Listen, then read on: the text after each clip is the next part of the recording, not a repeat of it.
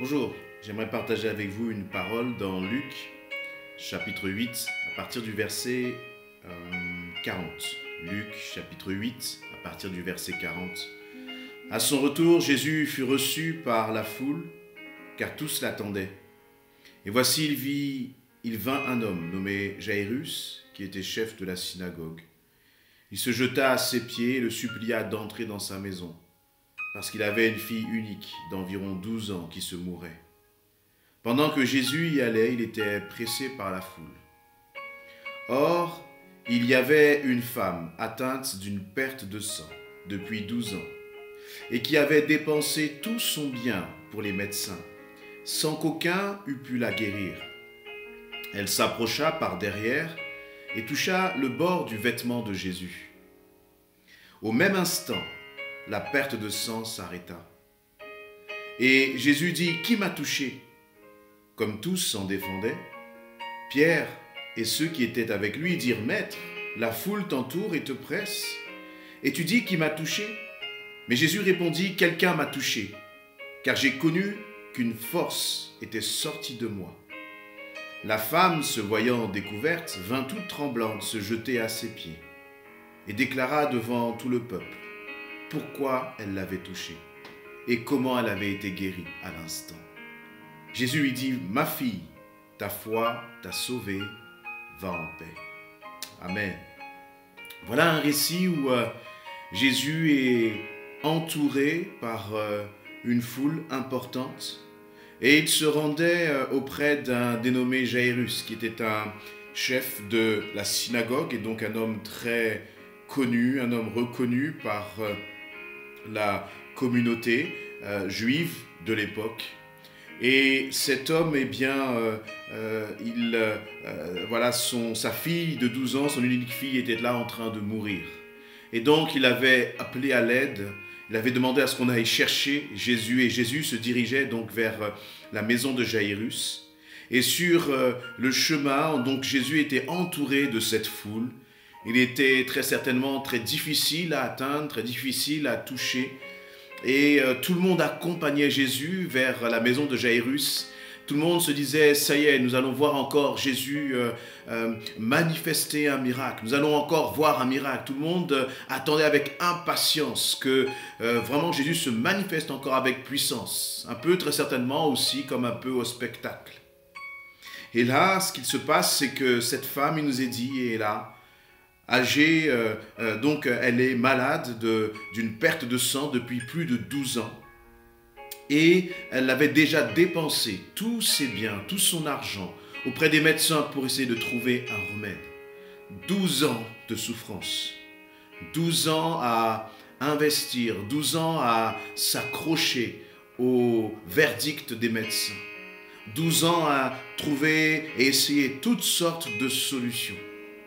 Et le résumé de tout cela, c'est que personne n'a pu guérir cette femme. Et cette femme, elle a vu Jésus s'approcher avec cette foule tout autour de lui qui pressait Jésus.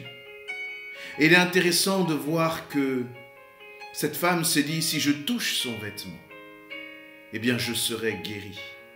Si je touche son vêtement, j'aurai ma guérison. Quelle foi, quelle détermination. Et ce matin, j'aimerais vraiment vous encourager aussi dans ce sens, en vous disant que parfois les situations, les circonstances ont été bien des fois contraires. Mais vraiment, ne baissez pas les bras, ne vous découragez pas. Comme cette femme, il a fallu, malgré sa mauvaise santé, essayer de se frayer un chemin à travers les circonstances, à travers les pensées de découragement, pour faire une chose, toucher Jésus. Et laissez-moi vous dire que toucher Jésus, c'est ce qui change tout. C'est ce qui change vraiment notre état d'esprit, notre façon de penser. Toucher Jésus, c'est ce qui va faire que tu vas te retrouver encouragé, fortifié, consolé et soutenu. C'est important de ne pas écouter les pensées. Parfois, c'est tellement compliqué. Parfois, on a l'impression qu'on doit déplacer des montagnes, ne serait-ce que pour entrer dans sa présence, à cause des circonstances, à cause du découragement. Mais comme cette femme qui était malade depuis plus de 12 ans et personne ne pouvait rien pour elle, et pourtant elle a gardé la foi. C'est tellement important qu'aujourd'hui encore tu puisses toucher Jésus. C'est tellement encore important qu'aujourd'hui tu puisses entrer dans sa présence. Bien sûr, parfois ça nécessite des efforts.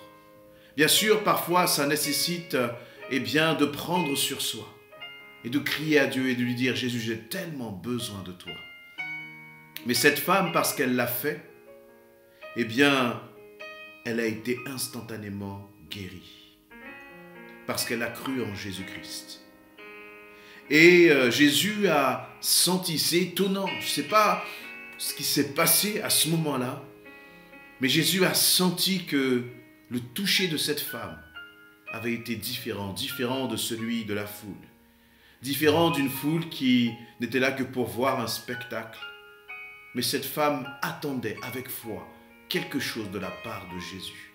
Elle avait cette conviction que si elle touchait Jésus, ce jour-là, elle allait recevoir une délivrance qu'elle attendait depuis plus de 12 ans. 12 ans de souffrance. Aujourd'hui, touche Jésus d'une façon particulière. Pas comme la tradition, pas comme la foule.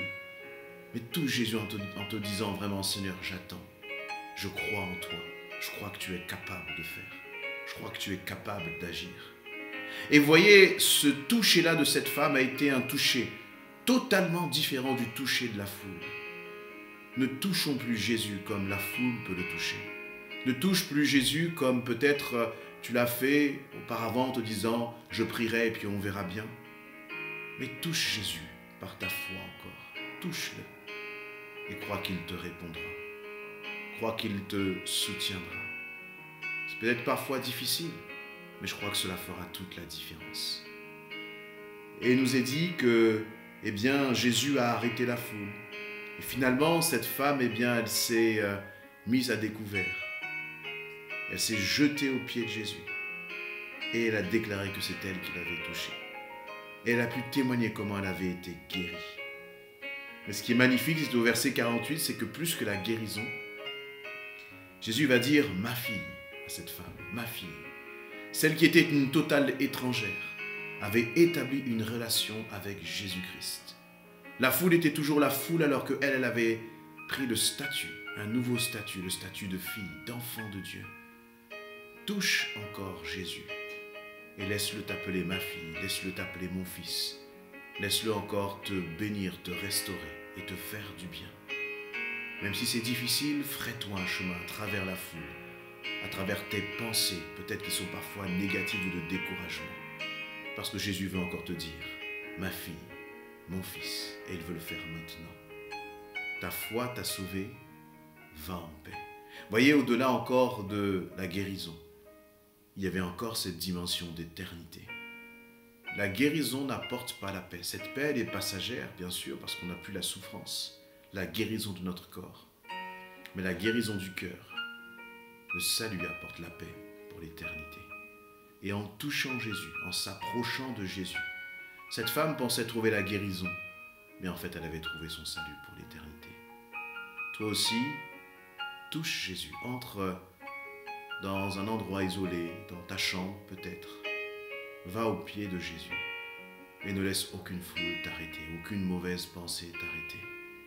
Et dis à Jésus, j'ai tellement besoin de te toucher réellement maintenant, d'une façon différente. Et je m'attends pleinement à toi. Voilà, soyez bénis, encouragés, fortifiés dans le beau nom de Jésus-Christ.